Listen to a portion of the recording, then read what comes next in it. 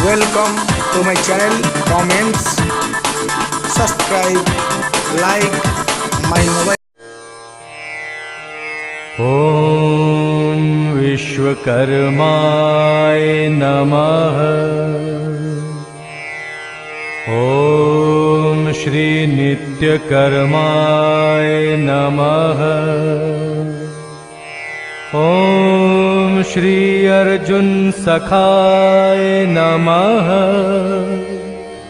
ॐ विश्वकर्माय नमोस्तुते। पौराणिक वर्णनारू जना जाए देवशिल्पी विश्वकर्मा कन्या संक्रांति तिथि मर्त्यलोकरे आविर्भूत होइथिले। तेणु एही तिथि शिल्पी वंशधर माने विश्वकर्मांकर पूजा अर्चना करती। विश्वकर्मा समस्त शिल्पर सृष्टिकर्ता होइथिबारु एही दिन शिल्पानुष्ठान मानंकरे विश्वकर्मांकर पूजा उत्सव महा जाकजमकरे पालन हुए। ओंकार स्वरूप परम ब्रह्मंक ठारू जीवजगत सृष्टिर त्रिशक्ति ब्रह्मा विष्णु और महेश्वर। ब्रह्मा सृष्टिकर्ता, विष्णु पालनकर्ता और महेश्वर संहारकर्ता रूपे विवेचित हुअन्ति। प्रजापति ब्रह्मांक नाभि कमलरू देवशिल्पी विश्वकर्मांकर जन्म। ब्रह्मांक निर्देश विश्वकर्मा सृष्टि सर्जना करथिले। ॐ विश्वकर्माय नमः।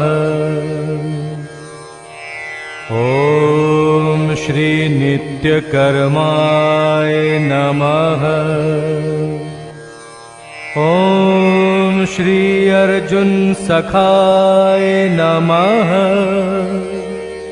ॐ विश्वकर्माय नमोस्तुते। पुराण वर्णनारू जना जाए एकदा घृताची वेशभूषा होई पुष्कर तीर्थ को कामदेवଙ୍କ निकटକୁ जाउथिले। ସେହି ସମୟରେ विश्वकर्मा सूर्यालोकରୁ ଫେରୁଥିବା ବେଳେ ଘୃତାଚୀ ସହିତ ଭେଟ ହୋଇଗଲା। ଘୃତାଚୀର ରୂପ ସୌନ୍ଦର୍ଯ୍ୟରେ ମୁଗ୍ଧ ହୋଇଯାଇ ବିଶ୍ୱକର୍ମା ଘୃତାଚୀ ସହିତ ତାଙ୍କର ଶୃଙ୍ଗାର କାମନା କଲେ। ଘୃତାଚୀ ବିଶ୍ୱକର୍ମାକୁ କହିଲା, ସ୍ୱର୍ଗପୁରୀର ନିୟମ ଅନୁସାରେ ଆମେ ଦେବବେଶ୍ୟାମାନେ ଯେଉଁଦିନ ଯାହାଙ୍କ ପାଖକୁ ଯାଉ ସେହି ଦିନଟି ପାଇ ଆମେ ତାଙ୍କ ସହିତ ପତ୍ନୀ ରୂପେ ଶୃଙ୍ଗାର କରୁ। ମୁଁ ଆଜି କାମଦେବଙ୍କ ପାଖକୁ ଯାଉଛି, ତେଣୁ ଆଜି ଦିନକ ପାଇଁ ଆମେ ଦୁହେଁ ପତି ପତ୍ନୀ। ଆଉ ମଧ୍ୟ କାମଦେବ ହେଉଛନ୍ତି ତୁମର ଶିକ୍ଷାଗୁରୁ। ତେଣୁ ମୁଁ ତୁମର ଗୁରୁପତ୍ନୀ ରୂପେ ପୂଜ୍ୟା। ଗୁରୁପତ୍ନୀ ହରଣ କରିବା ମହାପାପ। ତେଣୁ ଆଜି ଦିନକ ପାଇଁ ତୁମେ ମୋ ପ୍ରତି ଏପରି ଆସକ୍ତ ହେବା ଉଚିତ ନୁହେଁ। ତୁମେ ଯଦି ଚାହିଁବ ମୁଁ ଆଉ ଦିନେ ତୁମ ପାଖକୁ ଯିବି ଏବଂ ତୁମ ସହିତ ପତ୍ନୀ ରୂପେ ରମଣ କରିବି, କିନ୍ତୁ ଆଜି ତାହା ସମ୍ଭବ ନୁହେଁ। ଘୃତାଚୀର ପ୍ରତ୍ୟାଖ୍ୟାନରେ ବିଶ୍ୱକର୍ମା କ୍ରୋଧାନ୍ୱିତ ହୋଇ ତାକୁ ଅଭିଶାପ ଦେଲେ। କହିଲେ, ତୁ ମର୍ତ୍ତ୍ୟଲୋକକୁ ଯାଇ ଶୂଦ୍ର ଯୋନିରେ ଜନ୍ମ ହେବୁ। ଘୃତାଚୀ ମଧ୍ୟ ପ୍ରତି ଅଭିଶାପ ଦେଇ ବିଶ୍ୱକର୍ମାକୁ କହିଲା, ତୁମେ ଦେବଲୋକର ନୀତି ନିୟମ ଭାଙ୍ଗି ଗୁରୁପତ୍ନୀ ହରଣ କରିବାର ଅଭିଳାଷ ପୋଷଣ କରୁଥିବାରୁ ତୁମେ ଆଜିଠାରୁ ସ୍ୱର୍ଗଲୋକ ଛାଡ଼ି ମର୍ତ୍ତ୍ୟରେ ମଣିଷ ହୋଇ ଜନ୍ମ ହୁଅ। ବିଶ୍ୱକର୍ମା ଘୃତାଚୀର ଏପରି ଅଭିଶାପ କଥା ବ୍ରହ୍ମାଙ୍କୁ ଜଣାଇଲେ। ବ୍ରହ୍ମା କହିଲେ, ଘୃତାଚୀ ସ୍ୱର୍ଗର ବେଶ୍ୟା ହେଲେ ମଧ୍ୟ ସେ ସତୀ ଓ ପ୍ରତିବ୍ରତା ନାରୀର ଗୌରବ ଲାଭ କରିଛି।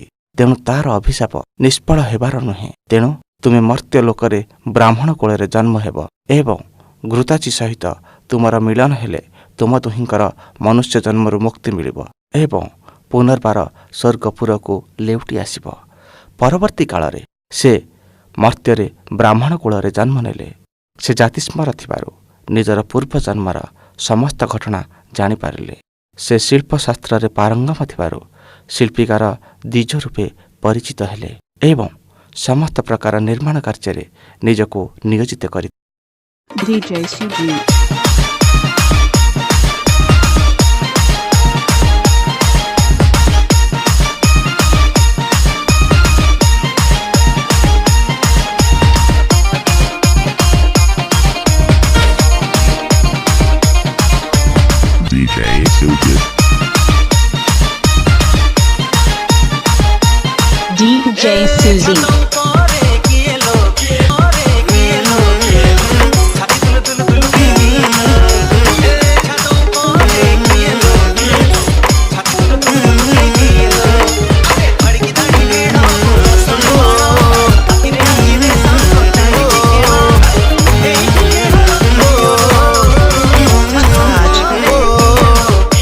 ਇੱਕ ਤੇਰਾ ਪਤਲਾ ਜਿਹਾ ਜਦੋਂ ਤੁਰਦੀ ਸਿਤਾਰਾ ਬਣ ਖਾਵੇ ਹੋਰ ਨੀ ਜੀ ਤੋਰ ਕੁੜੀਏ ਹੁਣ ਮੁੰਡਿਆਂ ਨੂੰ ਹੋਸ਼ ਕਿੱਥੋਂ ਆਵੇ ਨੀ ਨਾਗਣੀ ਦੀ ਅੱਖ ਵਾਲੀਏ ਨੀ ਨਾਗਣੀ ਦੀ ਅੱਖ ਵਾਲੀਏ ਨੀ ਨਾਗਣੀ ਦੀ ਅੱਖ ਵਾਲੀਏ ਸਭ ਕੀਲ ਤੇ ਤੂੰ ਗੱਭਰੂ ਖਵਾਰੇ ਉਹ ਦਾਰੂ ਬਦਨਾਮ ਕਰਤੀ ਇਹ ਤਾਨਣਾ ਤੇਰਿਆਂ ਦੇ ਕਾਰ ਉਹ ਦਾਰੂ ਬਦਨਾਮ ਕਰਤੀ ਇਹ ਤਾਨਣਾ ਤੇਰਿਆਂ ਦੇ ਕਾਰੇ